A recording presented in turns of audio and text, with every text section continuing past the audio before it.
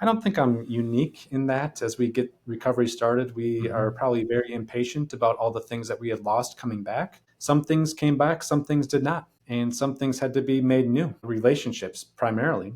And, I'd say that there are still some relationships that are challenged and because of that period of time where I was actively pursuing alcohol, drugs, lust, and other addictive compulsive behaviors and substances and put that before other people and hurt other people. My big book is broken at the seams on page 62 because I had to read this multiple times a day. And actually, this is lines 11, 12, and 13 on page 62. We invariably find that at some time in the past, we made decisions based on self, which later placed us in a position to be hurt. And I was hurt because I had made decisions based on self in the past. And so needed to be accountable and take responsibility for those selfish decisions that I've made in the past. And of course, I was not all that willing to do that, but with the help of great people in recovery, with great literature, which Hmm. normalized my experience, and with reliance upon God, this new relationship that I was forming with God, which started off in a very general way and then became a little bit more focused as I got into the church.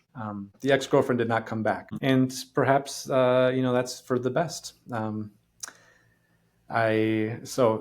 Going a little bit further, I should note a year into my sobriety, I celebrated 1 year, October 10th, 2012. Shortly thereafter, completing the steps, did my ninth step amends with her, and we were very, very thorough in that process of doing that ninth step amends. Did the eighth step with my sponsor and making a list of all persons we had Hmm. harmed and become willing to make amends to them all. Of course, this is after doing the first seven steps and doing a thorough moral inventory, sharing that with God, ourselves, and another human being in steps 4 and 5. He had me write a list of, proposed making that eighth step amends list by making 3 columns. One being like yeah, I'm ready to make these amends. I could do it right now kind of column. The second one being the probably not, but I could probably be talked into it. And the third column being the I'm never going to make that amends. No way that's going to happen column. Hmm. And we were very thorough. For each, wrote a do not send letter expressing what I did wrong, taking responsibility for that, sharing what I was doing to make it right, and just giving the opportunity to, is there anything that I can do for them to express themselves and their experience, and yeah, to help really make it right.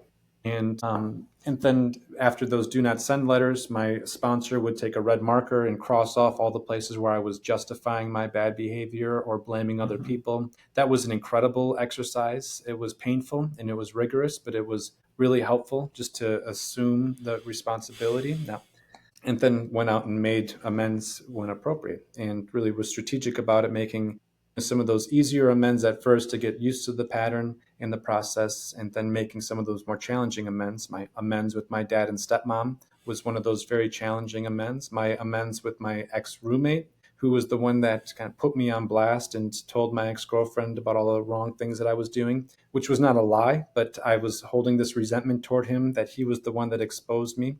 I should every day give him gratitude for helping propel this new way of life. But at the time, it was like I couldn't imagine someone could actually do that. And my girlfriend, my ex girlfriend, was on that list as well. We set a date Hmm. and a time to make amends with her. With my sponsor, did some extra practice and role playing that amends as well. You remember being in Brugger's Bagels, where we would meet on a regular basis and doing this work across the table from each other. I was preparing for to be honest with her, and I was unfaithful with her. I had messed around with other women, and she suspected that, so was suspecting that the question would come, have you cheated on me? And so prepared to answer that in a very, in just an appropriate way. The amends came, that question was asked. I couldn't come to be honest with her in that moment, and she left very unsatisfied. I left, or it was at my Hmm. apartment. I remained thinking this is not the right this I couldn't even do this in this space where it was supposed to be complete honesty. I was still trying to protect myself and try to manipulate outcomes, and so then called my sponsor and told him that it didn't go as planned and that I messed up, and I'm a failure, and am I ever really going to change? And he encouraged me to go and see if I can swing by there tomorrow and essentially make amends for making amends. And I did that. And that ended basically with her saying, Scott, I can't stand the sound of your voice. Get out of here. This left me totally, totally torn up. And I remember calling my sponsor on my drive home from from her place and just weeping, like so sad, so distraught, so, she became my idol. And I couldn't imagine life without her. And so the idea that she wasn't going to come back was terrifying. And I remember him asking me very vividly, very point blank, Scott, do you believe in God? Yeah. Do you believe in God that is all powerful, all knowing, and all loving? Yeah, I guess that's the God that I believe in. Well, then what are you so worried about?